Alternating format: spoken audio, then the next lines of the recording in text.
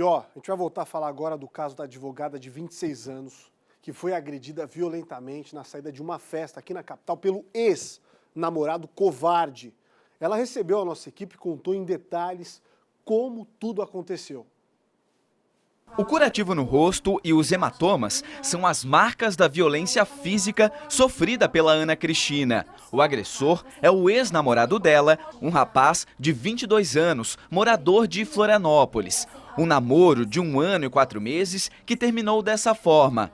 A advogada estava acompanhada de um rapaz e outros amigos em uma festa. A agressão ocorreu na madrugada do dia 29 para o dia 30 de dezembro. Um soco foi o suficiente. A Ana quebrou o nariz e levou 3 pontos na boca. Num acesso ali de raiva, de ciúmes, eu não sei dizer o que aconteceu. Ele já tinha ido embora da festa e ele voltou. Então, me segurou, disse que precisava falar comigo, eu saí, nem respondi, só saí, tirei a mão dele da minha cintura e saí. Falei, gente, vamos embora, porque ele tá me perseguindo. Eu brinquei ainda, falei, gente, minha sombra. Tô com uma sombra, que onde eu vou ele vai. E isso mais pro final da festa, né?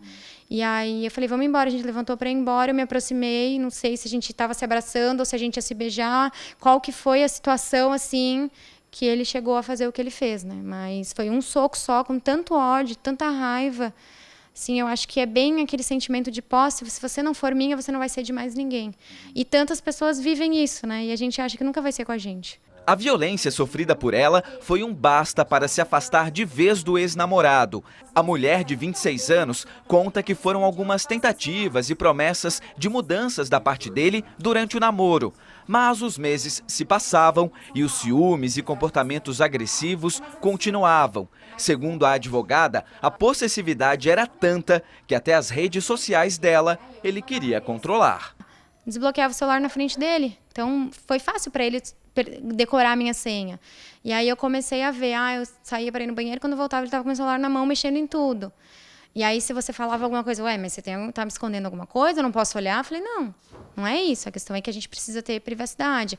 Loguei meu Facebook, meu Instagram uma vez no celular dele, nunca mais ele saiu. Aí eu precisei trocar todas as minhas senhas e dizer para ele que aquilo não dava, porque se a gente, né, se o nosso relacionamento só ia dar certo, se ele me controlasse, se ele falasse com as pessoas antes de mim, se passando por mim muitas vezes, a gente não ia ter não tem como dar certo, né? A base do relacionamento precisa ser a confiança, precisa ser a parceria, você tem que estar com uma pessoa que você confie, que você, né, dê uma certa liberdade, tu não pode, né? Cada um tem os seus amigos, cada um tem o seu vínculo de amizade, e eu era muito sufocada por ele, na verdade, né? Ana conseguiu na justiça uma medida protetiva com base na Lei Maria da Penha. O ex-namorado está impedido de se aproximar dela e de seus familiares por até 850 metros. Ela, que sempre foi uma feminista e lutou contra qualquer tipo de violência praticada contra as mulheres, hoje vive com medo. A gente tem que viver num país em que a gente possa terminar um relacionamento e ser uma pessoa livre, se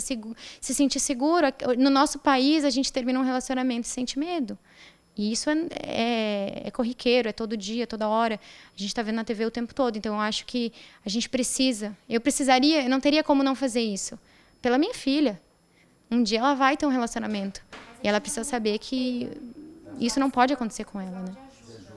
A nossa equipe entrou em contato com o agressor, mas ele preferiu não gravar a entrevista. Com a gente aqui no estúdio, a doutora Patrícia Zimmermann vai trazer mais esclarecimentos relacionados à delegacia que cuida, né, de proteção à mulher, ao idoso, à criança.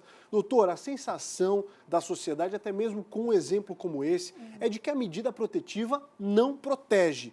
O que pode ser mudado na legislação para que a gente mude os rumos desse tipo de investigação? Boa tarde. Boa tarde. Nós tivemos uma alteração que permite a prisão do autor de descumprimento de medida protetiva. Então, já foi criminalizada essa conduta. Nós precisamos, num primeiro momento, em que a vítima ela noticia a delegacia de polícia do descumprimento, chame para o socorro na hora, ele se aproximou, tem que noticiar. Nós tínhamos um projeto de lei que permitia ao delegado de polícia pedir 2 medidas protetivas, que era a proibição de manter contato com a vítima e a proibição de se aproximar dela. Infelizmente, esse projeto ele foi aprovado na Câmara dos Deputados, no Senado, e essa parte da lei foi vetada pelo presidente. Mas os delegados delegados de polícia do país continuam nessa luta, porque nós podemos prender em flagrante, nós podemos representar por uma prisão preventiva, mas nós não podemos deferir essa medida protetiva. Isso é importante, porque essa imediatidade entre a prática do crime e a notificação do agressor, ela é importante, porque há todo um ciclo de violência nesses casos, e essa vítima, ela bem relata. Eu vi a matéria que ela publicou na sua rede social, e é aquele caso clássico de todo o ciclo que se desenvolve, que acomete muitas vítimas. E os números são astronômicos. Aqui no folder que a delegada acabou de me dar, está escrito: somente em 2017, 191 mil queixas de violência doméstica contra mulheres registradas no Brasil.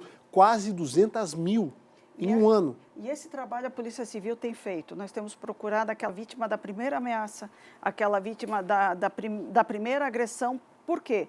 Porque se nós conseguimos intervir nesse primeiro momento, nós temos a redução do crime de feminicídio, que é o único que não tem subnotificação. Então, nós tivemos, em 2017, 50 mulheres mortas no estado de Santa Catarina. Em 2018, nós viemos para 42 mulheres. É um número muito alto. É mãe de família que perde a vida, é os filhos que ficam órfãos de pai e mãe, porque o autor vai preso e a mulher perde a sua vida. Então, são famílias que são desmanteladas. Nós temos uma arte preparada para mostrar esse ciclo. A doutora vai explicar melhor para a gente. Vamos colocar aqui no telão para ficar ainda mais claro. Esse é o ciclo, delegado? Esse é o ciclo. Isso acontece com muita frequência. Tem a fase de namoro, tem a fase da lua de mel, em que as promessas, em que diz que ama. Começa com a fase de ameaça, de ordens de isolamento, de controle. Aqui começa a acumular tensão. Em seguida, nós vamos para o medo, para o controle, para o autocontrole. É o que a vítima disse, ele checava redes sociais, tinha acesso. É a perseguição. Sim, ele controla a mulher como um todo. É no celular, é na rede social, ela não tem mais vida individual, ela passa a ser um objeto dele. E aí vem para a fase da explosão, aonde ocorre a agressão. Essa agressão pode ser uma ameaça, essa agressão pode ser um empurrão, pode ser uma lesão corporal, e vem sempre as desculpas, a culpa, o remorso, as promessas do agressor, e retorna com a lua de mel. Tem um outro, né? Vamos colocar. O que a gente vê muito comum, mulheres que têm históricos de violência e que perdem a vida. Por quê? Porque acreditam nas promessas do seu agressor e no momento dessa agressividade, ele tendo uma faca, tendo uma arma de fogo ou um objeto que possa agredir essa mulher, ele tira a vida dela. Esse aqui é o violentômetro. Isso, esse material está sendo muito difundido, que é o aumento dessa relação de tensão e o aumento dessa agressividade, né? Então, começa com piadas ofensivas, chantagem, mentiras, né? Às vezes gela, e aí vai cada vez aumentando. Passa a controlar, passa a destruir bens, passa a machucar, e aí vai. Ameaças com objetos ou armas, ameaça de morte. E chega no feminicídio. Chega no feminicídio. Por isso que nós temos usado em muitas delegacias a avaliação de risco dessa vítima, porque a vítima não percebe, muitas vezes, que está num ciclo de violência, que está correndo risco de vida. Por isso a importância de quebrar o ciclo e denunciar. Denunciar na primeira forma formalmente. de ameaça.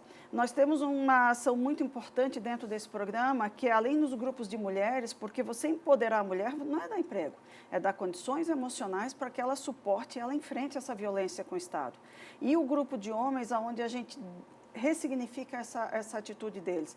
O judiciário, em muitas comarcas, tem determinado a participação dos agressores e são necessários, no mínimo, 10 encontros para que a gente possa ouvi-los, para que a gente possa falar com eles e trazer de volta aquela harmonia.